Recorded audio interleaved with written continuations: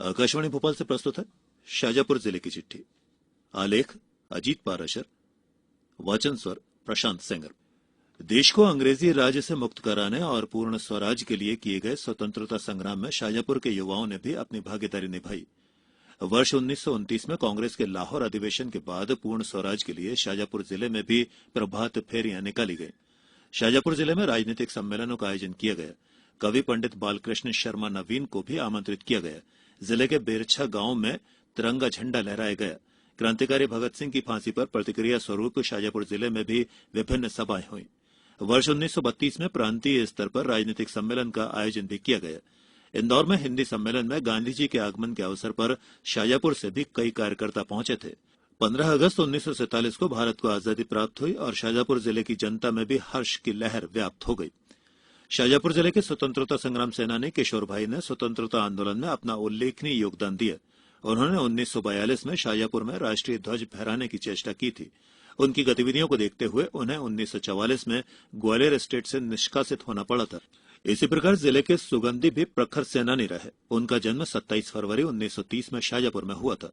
उन्होंने अखिल भारतीय कांग्रेस के कार्यकर्ता के रूप में कार्य करते हुए 1942 के करो या मरो आंदोलन में सम्मिलित होकर 10 महीने मुंगावली जेल में नजरबंद के तौर पर बिताए।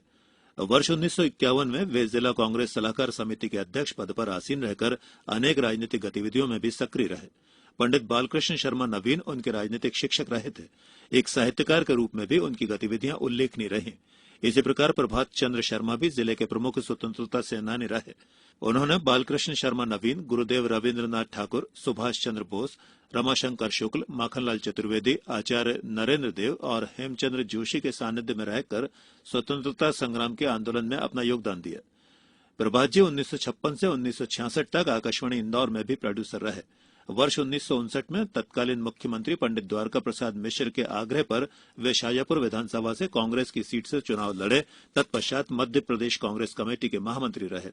शाजापुर जिले की माटी के सपूत रघुनंदन शर्मा के आजादी में योगदान को आज भी याद किया जाता है। उनका जन्म शाजापुर जिले के दुपाड़ा गांव में हुआ था। वे वर्ष 1930 से स्वतंत्रता संग्राम आंदोलन में तब तक हिस्सा लेते रहे जब तक भारत स्वतंत्र नहीं हो पाया। जिले के प्रताप भाई ने भी स्वतंत्रता संग्राम आंदोलन में अपना योगदान दिया। वे पत्र पत्रिकाओं में लेख प्रकाशित कर युवाओं को देश की आजादी के लिए प्रेरणा देते रहे। वे 1957 से 1962 तक विधानसभा सदस्य रहे। और अब शाजापुर जिले के मौसम की बात। जिले में इन दिनों अच्छी बारिश हो रही है।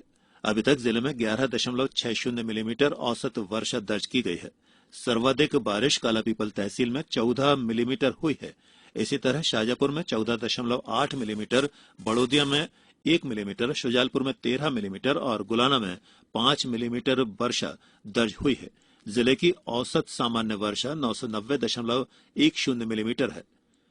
प्रधानमंत्री गरीब कल्याण अन्न योजना अंतर्गत कल 7 अगस्त को शाजापुर जिले की शासकीय उचित मूल्य की दुकानों पर अन्न उत्सव का आयोजन किया जाएगा। कार्यक्रम की सफलता के लिए कलेक्टर ने नोडल अधिकारी बनाए हैं। हर नागरिक के लिए खाद्य सुरक्षा सुनिश्चित करने के उद्देश्य से चलाया जा रहा है प्रधानमंत्री गरीब कल्याण अन्न योजना के तहत अन्न उत्सव में पात्र हितग्राहियों को उनकी पात्रता के अतिरिक्त हर महीने 5 किलोग्राम निःशुल्क खाद्यान्न वितरित किया जाएगा और यह अभियान नवंबर माह तक चलेगा। इस योजना का लाभ लेने के लिए लोगों को जागरूकता संदेश भी दिए गए हैं। शाजापुर जिले के लोगों की शिकायतों और उनकी समस्याओं के निराकरण के लिए कलेक्टर ने नया प्रयोग किया है। इसके तहत शाजापुर जिला मुख्यालय पर अब प्रति मंगलवार के स्थान पर हर दिन जन सुनवाई हो रही है। कलेक्टर ने प्रतिदिन अलग अलग अधिकारियों की ड्यूटी जन सुनवाई के लिए लगाई है। ये अधिकारी अपने निर्धारित दिवस पर जन सुनवाई कक्ष में उपस्थित होकर दोपहर 12 बजे से 2 बजे तक आम जनता की शिकायतों और समस्याओं से संबंधित आवेदन प्राप्त कर यथा समय निराकरण करवा रहे हैं। इसके साथ ही शाजापुर जिले की चिट्ठी समाप्त हुई।